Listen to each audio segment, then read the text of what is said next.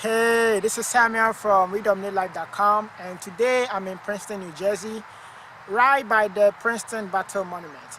And part of this building came from a bigger building, and from what I learned, it was originally built in Pennsylvania, and the guy that built the building, because it was part of a bigger building, and then they took the pillars and they brought it into New Jersey, and it was dedicated to be a historic site. So this thing behind me looks smaller, but actually very tall. It's about 20 feet high, and a couple of feet wide too as well. But what was interesting was that behind it they had a plate that is dedicated to some of the soldiers that fought, and it's been said that they've been buried somewhere close by here. And it was 36 soldiers, part of them British and part of them American. So it's an interesting place. But today what I wanted to talk about is as within, so without. As within, so without. And basically what I mean by that is that if you have heard of they're saying that, if you heard about the inner world and the outer world, people talk about the inner world and the outer world. And basically the inner world is the world within, which we can perceive, and that comprises of our emotions, our thoughts, and our body and our life, like right here. Everything is our inner world here, and the outer world is things that we perceive outward. Like you're looking behind me right now, that is something that you perceive, that is outward. The people around you right now, they are things in your outer world. The animals, the air, everything that you could perceive outside of yourself is the outer world. So what made sense to me was that I realized that throughout our lives, and throughout my life personally, we spend so much time studying, right? I'm very academical, and now I'm not in school currently, but I still study a lot. I study different concepts. I'm always studying things, watching things on YouTube. I'm listening to things. I'm usually gathering information. I am knowing. And that sense of knowing is not just within me. It's within all of us. And we like to know. We like to take our awareness outward. So in school there are so many concepts. And there has been a lot of debates about what is important and what is not as important to learn in school, because there are so many subjects, so many topics, so many things. It's like you cannot have enough time to study everything, right?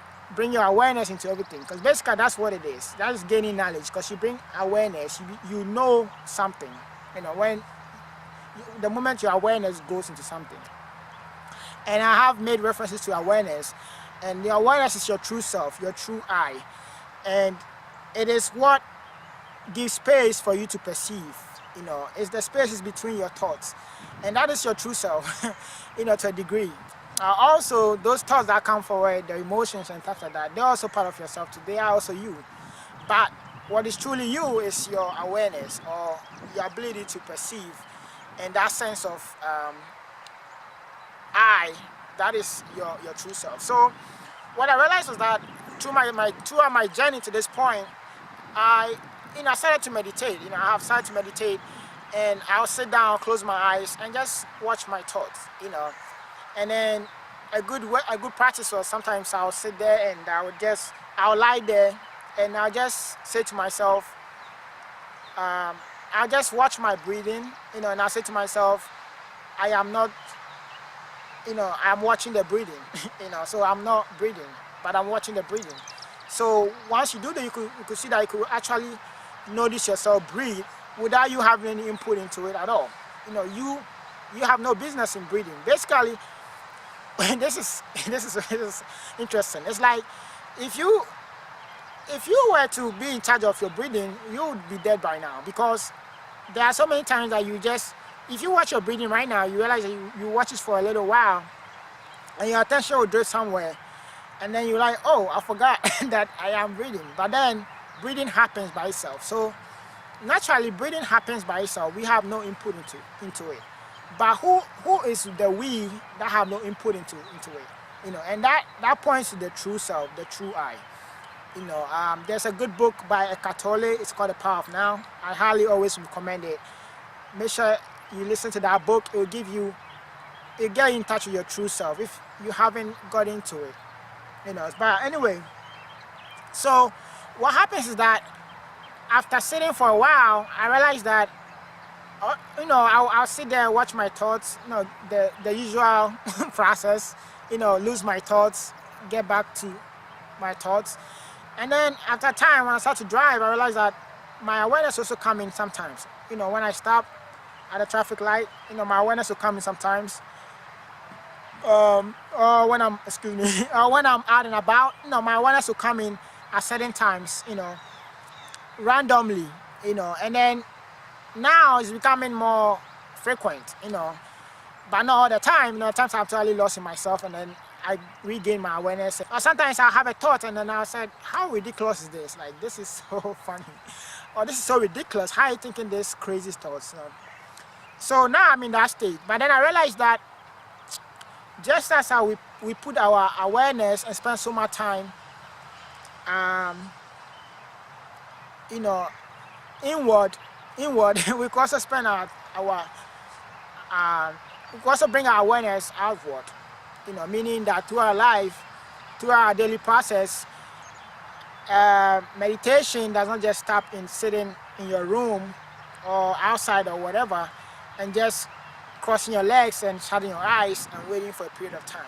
Meditation, I got to realize, becomes a lifestyle. Meaning, right now I could be meditating, I could be talking to you, and I could pause for a second and just, become aware of the thoughts that are coming in, or what I'm feeling right now, my emotions, or the changing temperature, the cold, the wind, the birds, the lightning. So see, these are all the things that are happening right now. So I just brought my awareness into that, So it's like, I just realized that with that, instead of spending a lot of time inward, we could bring our awareness outward also, and to our life. So that way, life becomes meditative in itself. And that is what life is about. That's what life is about. But the gist of this video and what I thought was so important was that we spend so much time to outward, right? On the flip side, we spend so much time outward. We have learned, like I said, we're studying and stuff, and always learning, always curious about something that is happening outside. Always curious about the next movie, always curious about the next book, always curious about the next knowledge, the next thing. If you're a science addict or just a freak of nature like me, you're always interested in science and about things that are coming up and things like that. But it's like when you take a moment, you realize that the most important thing is ours. The most important thing is this life, which is this life you're looking at, this body. This body that has thoughts, emotions, and this self. Because we've all realized that if you're, because at some point in our life, we have seen people. If you're a parent, you've seen your kids grow up. You watch them very little, you watch them grow. If you have grown something before, done gardening, you realize that, you could have a plant, you could see it grow into a bigger plant, have other plants and stuff like that. But in the same way, we are very into the world, we could also be into this world, which is ourselves. And really, that's the most important, one of the most important aspects of life, that I realize that I have ignored all this world up to this point. That, so many of us, we just forgotten about spending time with ourselves, spending time with ourselves, and not just sitting there. And that's why I said earlier, not just sitting there, but throughout the journey, you have to be in a meditative state to spend time with this body, with this life. Because really, that's what you have. That's what you wake up in.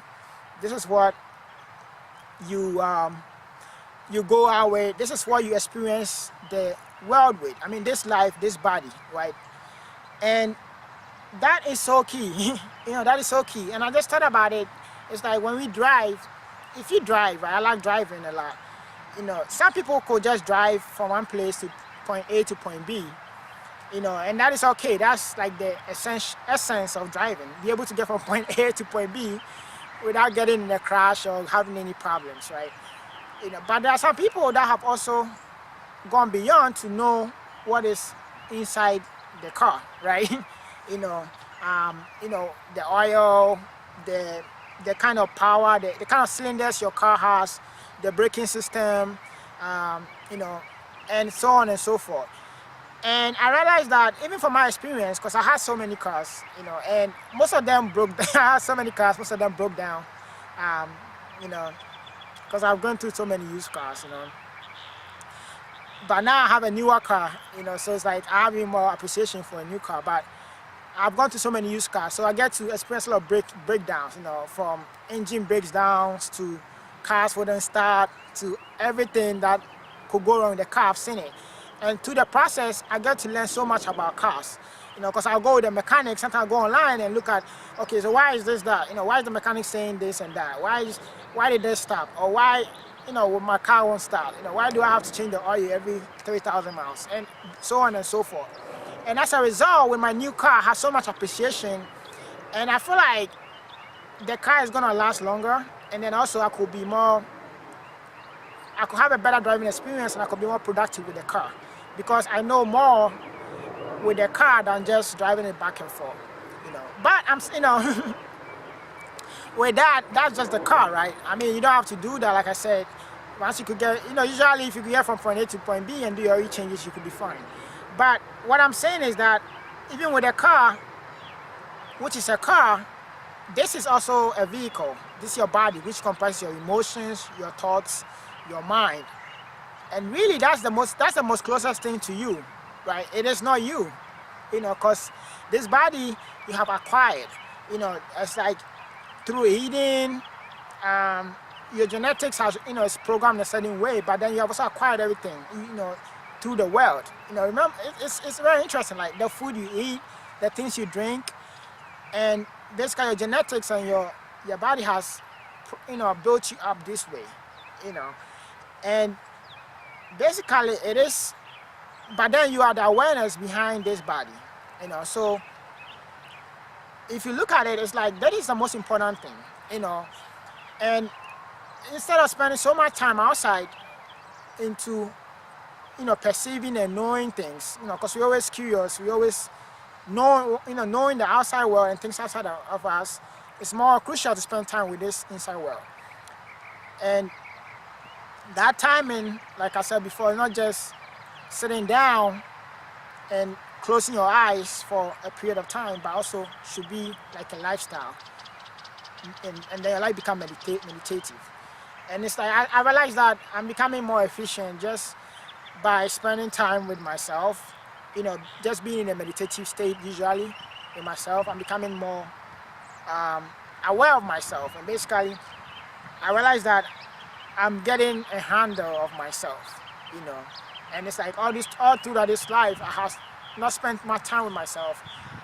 I have not given much attention to myself or to what I, Samuel, want, what I, Samuel, need, what kind of emotions I go through, why am I going through those emotions, why am I doing this, why am I thinking this, what is more beneficial, what drives me, or what things do I hate, what is this, and when you become that into yourself, that's to say, it's like you basically could use this body to do things that you want. If you want to achieve more in life, get more in life, basically you're going to achieve it through this body. You're going to achieve it through your mental state, through your emotional state, and that's the only way you're going to, achieve something, or you're going to do something, or whether you do something or not do something will be through this body, So this is a very important concept, and I did wanted to share with you, and also to know how you think about it in general, and what you're experiencing with meditation. Also, if you have had a concept of meditation that's preventing you from meditation, because a lot of times when you think of meditation, you think of just sitting down. But if you this changes your mind and you think of meditation as a lifestyle, and also how spending time with yourself, it's like very important, and it's like it's gonna give you the upper hand into using yourself to achieve more. Then and then I hope this video will help you out. So I definitely hope this video helped you out. Let me know what you think in general. Make sure you like, comment, share, subscribe. I'm on YouTube, I'm on Twitter, of course. I'm on Twitter, Instagram, YouTube, and definitely let me know what you think. But make sure you subscribe below, because that's the only way you get my videos. When they do come out. Take care, and until next time.